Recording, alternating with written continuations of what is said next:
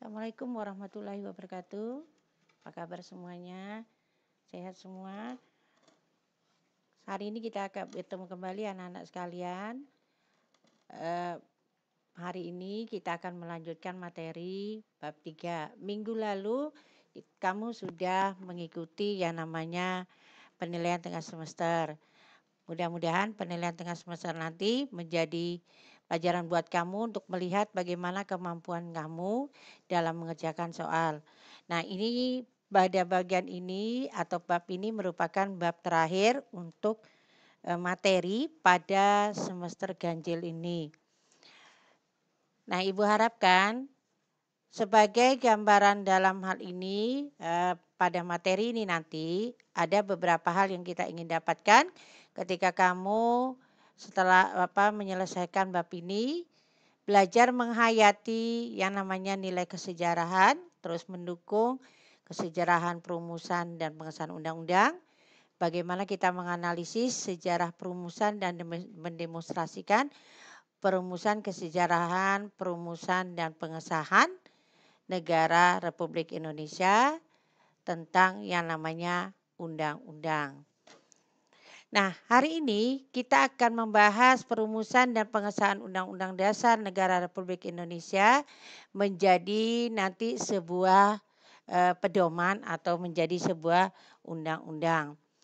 Nah, sebelum kita memahami bagaimana cara perumusannya, kita akan mengenal dulu apa yang disebut dengan konstitusi. Nah, konstitusi adalah hukum dasar yang menjadi pegangan dalam penyelenggaraan suatu negara. Konstitusi berasal dari bahasa Inggris, dari kata constitution, terus dari bahasa Belanda, dan dari bahasa Jerman, yang semuanya ini berarti adalah hukum. Nah, konstitusi adalah yang kita tahu adalah hukum dasar yang menjadi pegangan dalam penyelenggaraan suatu negara. Nah, ini yang kita sebut dengan konstitusi. Nah, istilah lain sebenarnya mungkin kalau kita melihat banyak sekali pengertian-pengertian konstitusi menurut beberapa para ahli tokoh. Namun dalam hal ini konstitusi itu mempunyai pengertian dalam arti luas adalah sebuah konstitusi yang terdiri dari yang sifatnya tertulis dan tidak tertulis. Kalau konstitusi tertulis, yakni berupa hukum dasar, yaitu yang umumnya kita kenal dengan undang-undang. Nah, kalau dalam hal ini selain ada konstitusi tertulis, ada juga yang namanya konstitusi tidak tertulis. Yang biasanya ini adalah sebuah kebiasaan-kebiasaan yang terjadi dalam masyarakat. Ini juga dalam sebuah negara adalah satu kebiasaan ketatanegaraan yang sering timbul dalam semua negara.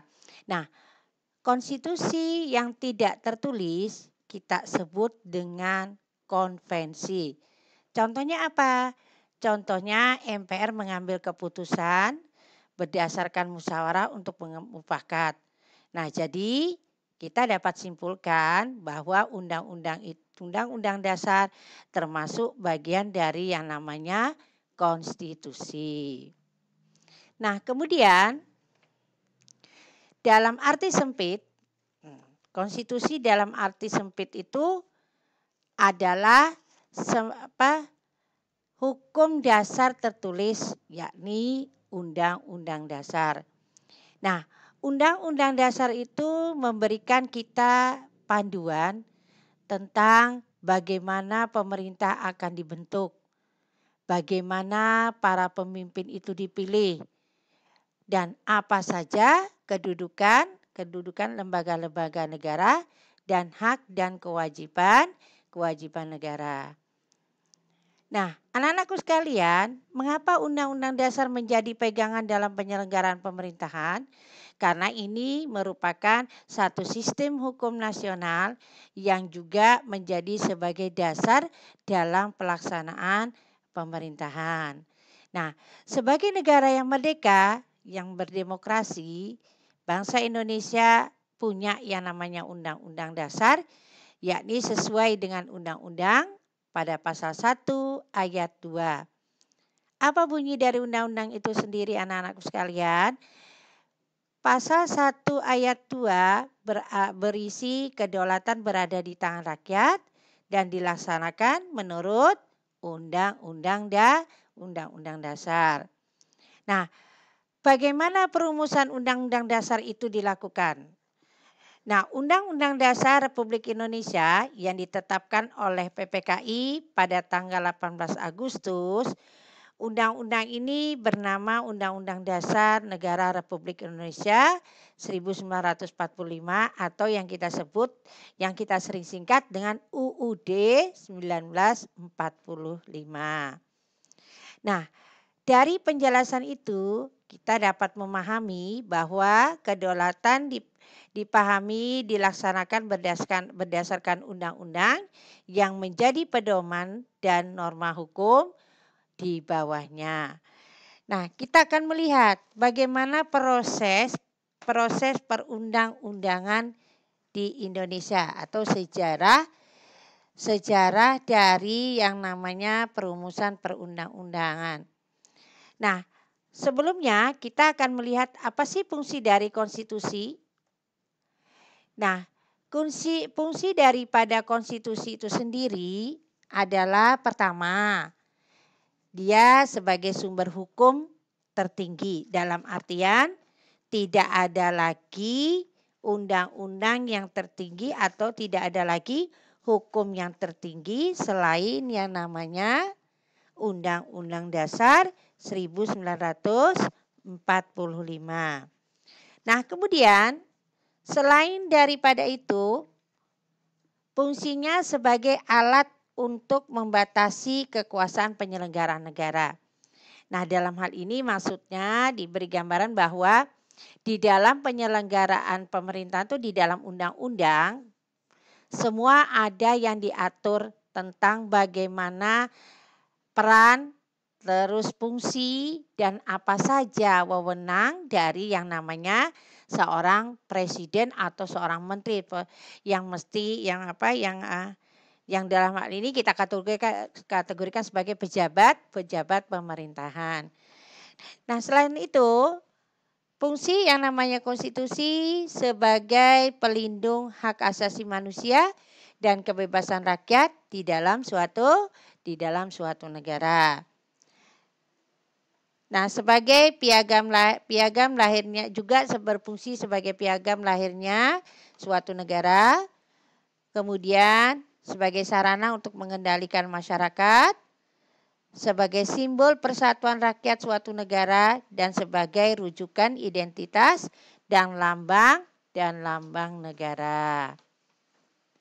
Nah, dari beberapa fungsi itu tadi, kita harus menyadari bahwa betapa pentingnya yang namanya sebuah konstitusi atau betapa pentingnya namanya sebuah undang-undang dasar. Nah, kita akan melihat bagaimana sejarah perumusan yang namanya Undang-Undang Dasar 1945. Kita tahu perumusan undang-undang dilakukan ketika sidang BPUPKI yang kedua, tanggal 10 Juli sampai 16 Juli 1945. Nah, kemudian kita tahu bahwa Insinyur Soekarno sebagai anggota atau dalam artian melaporkan hasil kerja rapat panitia 9 pada tanggal 22 Juni menghasilkan rumusan Pancasila Pembukaan Undang-Undang Dasar atau Piagam Jakarta. Nah, sidang panitia-panitia kecil ini adalah merupakan panitia yang terdiri dari panitia hukum dasar, panitia pembela tanah air, dan panitia ekonomi dan keuangan.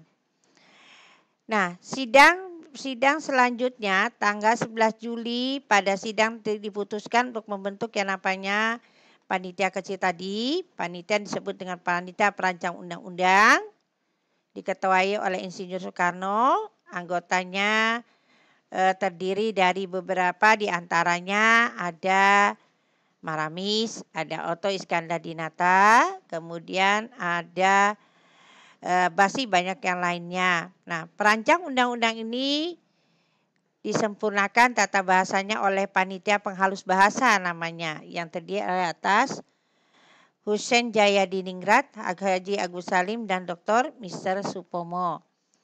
Nah, kemudian kita tahu tadi ada panitia pembela tanah air. Ini diketuai oleh Abi Kusno Cokrosiyoso. Anggotanya antara lain ada Abdul Qadir, ada Asikin Bintoro, kemudian ada Handro Martono, Sanusi, dan masih banyak yang lainnya. Nah, selain itu ada yang kita sebut dengan panitia keuangan atau perekonomian. Nah, atau keuangan dan perekonomian ini sebagai perancang undang-undang pada tanggal 11 sampai 13 Juli hasil rapatnya ada tentang yang namanya panitia kecil atau perancang atau deklarasi offering. Ketuanya Mr. Ahmad Subarjo dan Dr. Sukiman dan Parada Harahap. Kemudian ada panitia kecil perundang-undang dasar diketuai oleh Profesor Dr. Mr. Supomo. Nah, panitia hukum dasar membentuk yang namanya panitia perancang undang-undang untuk merancang yang namanya isi undang-undang. Nah, kita tahu bahwa di hasil keputusan perumusan undang-undang dasar, hasil kesepakatan sidang panitia hukum dasar ini adalah sebagai berikut. Tadi kita tahu membentuk panitia perancang deklarasi offering. Nah, itu ada anggotanya Subarjo Sukiman tadi. Terus bentuk negaranya kesatuan atau unitaris. Kemudian ada kepala negara di tangan satu orang yang namanya seorang presiden. Nah, dalam hal ini, kita harus melihat bahwa proses perumusan dari yang namanya perundang-undangan itu sendiri ada 3 hal yang disampaikan dalam hasil sidang BPUPKI yang mengadakan menggelar sidang pleno yang beragendakan pembacaan tentang pernyataan kemerdekaan atau anggota-anggota dari perancang undang-undang dasar. Nah, anak-anakku sekalian, dari beberapa hal yang kita lihat tadi, ada 3 hal pokok yang disampaikan dalam laporan dari sidang BPUPK yang pertama tadi. Pertama, tentang pernyataan Indonesia Merdeka. Kemudian, pembukaan Undang-Undang Dasar. Nah, ada 3 hal pokok yang disampaikan dalam laporan hasil sidang BPUPKI tadi. Yang pertama, pernyataan tentang Indonesia Merdeka.